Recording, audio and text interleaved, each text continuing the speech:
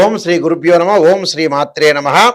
వాగర్ధావ సంప్రోక్తో వాగర్ధ ప్రతిపత్తే జగతో పితరౌ వందే పార్వతీ పరమేశ్వరౌ వ్యాసాయ విష్ణురూపాయ వ్యాసరూపాయ విష్ణవే నమో వై బ్రహ్మనిదే వాసిష్ఠాయ నమో నమ. గురు బ్రహ్మ గురు విష్ణు గురుదేవో మహేశ్వర గురు సాక్షాత్ పరబ్రహ్మ తస్మై శ్రీ గురవే నమ. ఓం శ్రీ మాత్రే నమ. ఫిబ్రవరి మాసంలో ద్వాదశ రాశుల్లో ఎలాంటి ఫలితాలు అంటే స్పెషల్గా ఎలాంటి ఫలితాలు ఉండబోతున్నాయి అంటే సాధారణంగా ఫిబ్రవరి రాశి ఫలితాలు చెప్తున్నా మనకి కొన్ని గ్రహాల యొక్క కలయికల్లో కొన్ని మార్పులు జరుగుతున్నాయి.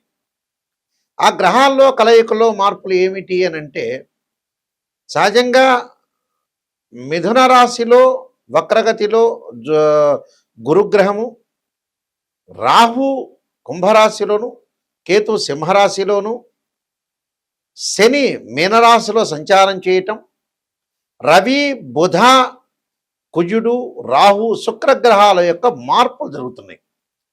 అంటే మకర కుంభరాశుల్లో కొన్ని మార్పులు జరగటం, మళ్ళీ మీనరాశిలో కొంత మార్పులు జరిగే అవకాశాలు ఎక్కువగా ఉన్నాయి.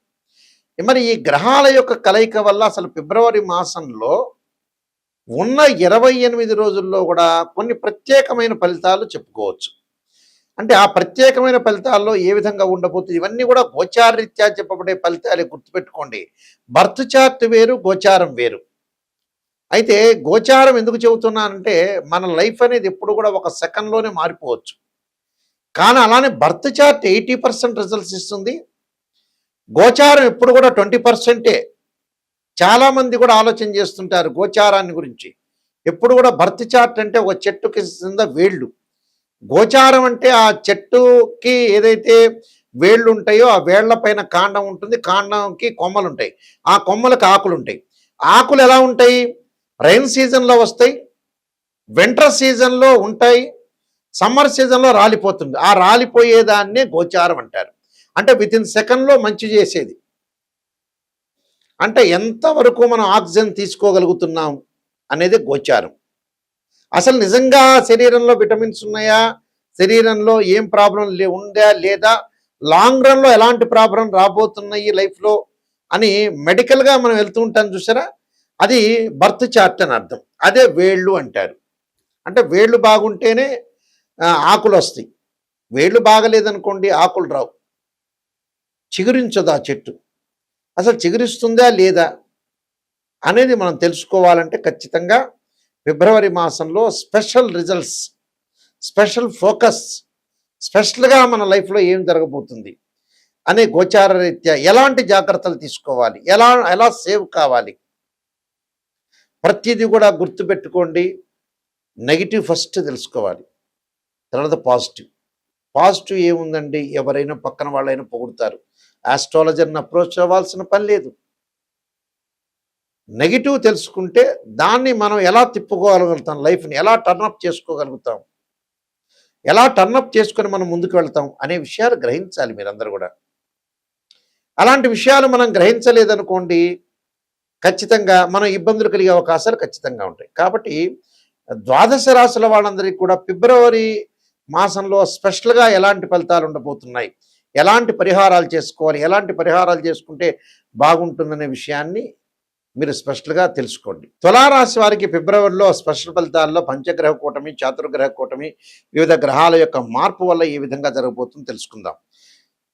చిత్తా నక్షత్రం 3, 4 పాదాల్లో జన్మించిన వాళ్ళు, స్వాతి నక్షత్రం 1, 2, 3, 4 పాదాలు, విశాఖ నక్షత్రం 1, 2, 3 పాదాల్లో జన్మించిన వాళ్ళందరూ కూడా తులారాశి జాతకులు అవుతారు. తులారాశి వాళ్ళకు ఉద్యోగంలో పదోన్నతులు, జీతభత్యాలు పెరిగే అవకాశాలు బాగా ఎక్కువ ఉండటం ఒకటి, అధికారులు మీ సమర్థత మీద బాగా నమ్మకం కలిగే అవకాశాలు, సామాజికంగా కూడా ఆశించినంత గుర్తింపు తెచ్చుకోవటం ఒకటి, వ్యాపారంలో చాలా వరకు కూడా లాభసాటి ఉండటం అలానే ముఖ్యంగా మీకు ఆర్థిక ఇబ్బందులు చాలా వరకు కూడా బయటపడతారు. అంటే ఆర్థిక ఇబ్బందులు ఉన్నాయి, చాలా వరకు కూడా బయటపడే అవకాశాలు ఎక్కువ ఉంటాయి. ఆదాయ మార్గాలు బాగా ఎక్స్పాండ్ చేసుకుంటారు ఫైనాన్షియల్ పరంగా.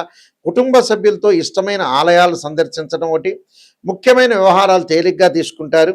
నిరుద్యోగులకు మంచి ఆశించినంత ఉద్యోగం రావటం, కొందరు మిత్రులకు కూడా ఆర్థిక సహాయపడతారు.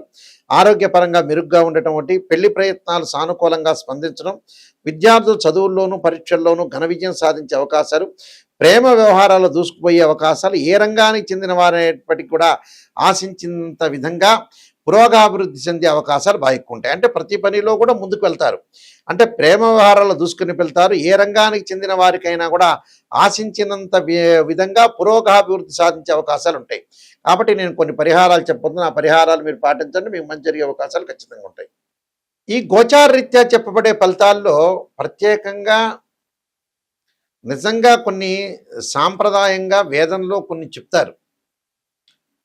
వేదంలో పురాతన కాలం దగ్గర నుంచి ఇప్పటి కాలం వరకు కూడా నిజాన్ని తెలుసుకోవటం, సత్యాన్ని తెలుసుకోవటం, ఆ సత్యాన్ని తెలుసుకొని మనం భయపడకుండా దానికి కొన్ని పరిహారాలు, కొన్ని కట్టుబాట్లు, కొన్ని ఆహార నియమాలు, ఏం చేస్తే మనం డెవలప్మెంట్ అవుతాం, నిజం అనేది భూస్థాపితం చేయకూడదు. నిజాన్ని బయటకు తీసుకొని వచ్చి భయపడకుండా దాన్ని ఎదుర్కోవటానికి భగవంతుడి యొక్క అనుగ్రహం ఉంటే దాన్ని ఎదుర్కోవచ్చు. జీవితం అంతా మన చేతుల్లోనే ఉంటుంది. మంచి చెడుల యొక్క మిశ్రమం మన చేతిలో ఉంటుంది. మనం ఎక్కడ మిస్టేక్ చేస్తున్నాం? ఉదాహరణకి ఒక అమ్మాయి పెళ్లి చేయాలంటే చాలా లేట్ చేస్తుంటారు పేరెంట్స్. నేను చూస్తుంటాను రోజు జాతకాల్లో. వేరే వాటిలో ఖర్చు పెడుతుంటారు, వాళ్ళు పుణ్యక్షేత్రాలకు అన్నీ వెళ్తుంటారు. ఆ అమ్మాయి పెళ్లి చేయాలంటే అబ్బాయి అక్కడ వైజాగ్లో ఉన్నాడండో, లేకపోతే కరీంనగర్లో ఉన్నాడో, లేదా కర్నూలులో ఉన్నాడో ఆలస్యం చేసి డబ్బులు ఎందుకు ఖర్చు అవుతాయని దండగనే పాయింట్ మీద ఉన్న వాళ్ళు ఎంతోమంది ఉన్నారు. చివరికి ఆ అమ్మాయి వయసు దాటిపోతుంది, వివాహం చేయలేకపోతారు. అదొకటి. డబ్బులు దేనికి ఖర్చు చేయాలో టోటలీ అట్టర్ ఫెయిల్ అయ్యాడు మనిషి. డైరెక్ట్ చెప్తున్న విషయం. ఎందుకు? మన చేతుల్లో ఉంటే లైఫ్, మన చేతుల్లో ఉన్నదాన్ని మనం చెడగొట్టుకోవడంలో సిద్ధాస్తుల్లో మానవుడు ముఖ్య పాత్ర వహిస్తాడు. జాతకాన్ని చూపించుకొని మనం ఏ ఆహారం వాడాలి, ఎప్పుడు అమ్మాయికి పెళ్లి చేయాలి, దేనికి ఖర్చు పెట్టాలి. కొంతమంది అనవసరంగా ఆస్ట్రాలజర్స్ని అప్రోచ్ కాకుండా ఏదో వ్యాపారం పెడుతూ ఉంటారు. ఆ వ్యాపారం నష్టపోతుంటారు. చివరికి నష్టపోయిన తర్వాత చివరికి ఆస్ట్రాలజర్ని అప్రోచ్ అవుతాడు. ఆస్ట్రాలజర్ ఏం చేయలేడు.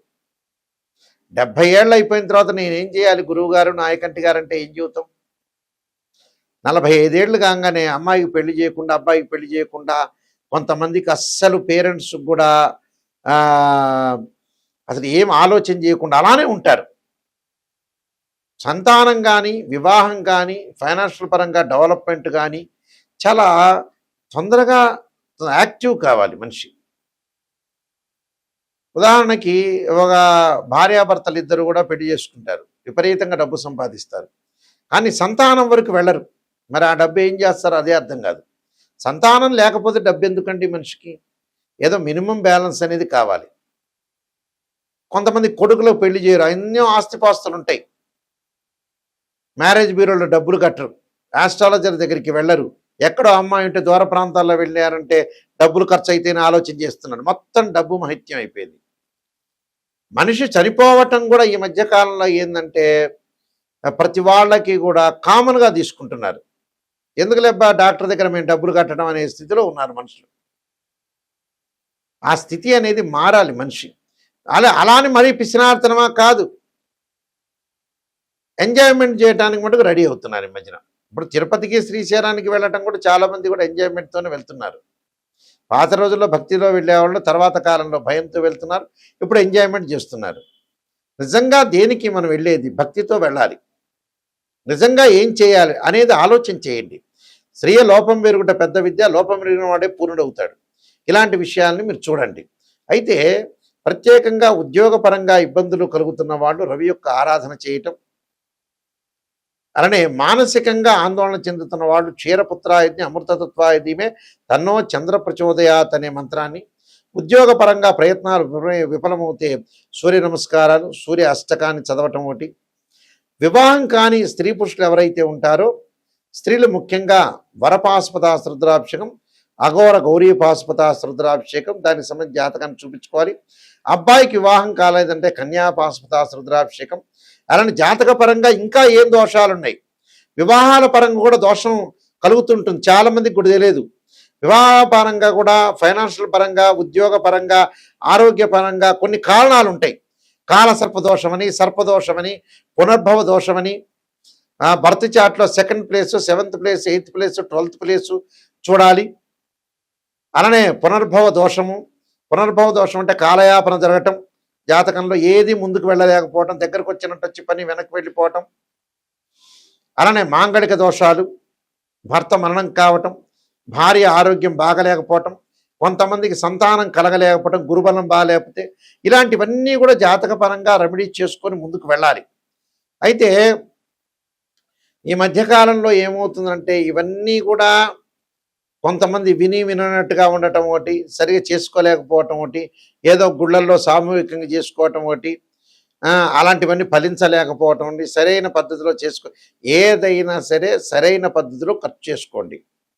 ఒక అమ్మాయి పెళ్లి చేయాలి, ఆ అమ్మాయి జాతకపరంగా దోషం ఉంది, మీరు బ్రహ్మాండమైన ఫంక్షన్ హాల్లో చేస్తారు, అది తగ్గించుకోండి కొద్దిగా.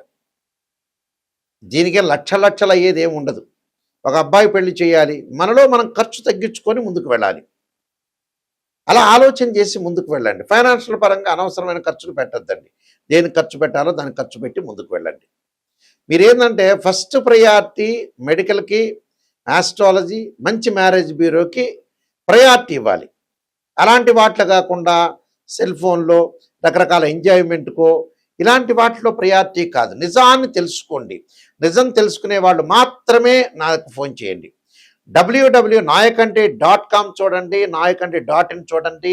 నేను నెంబర్ ఆఫ్ ఆస్ట్రాలజీ బుక్స్ రాశాను. కాలసర్పయోగం, కాలసర్పయోగ చంద్రిక, రాహుకేతులు, ఛాయాగ్రహాలు, అలానే పుత్రగణపతి వ్రతము, స్వప్న శాస్త్రము, సర్వదేవతా గోత్రపులు పార్ట్ 1, పార్ట్ 2, అలానే బృహత్ పరిహార సింధు, దాంతోపాటు Jataka Chandrika, Vivaha Martandam, production of astrology, number of books రాశాను.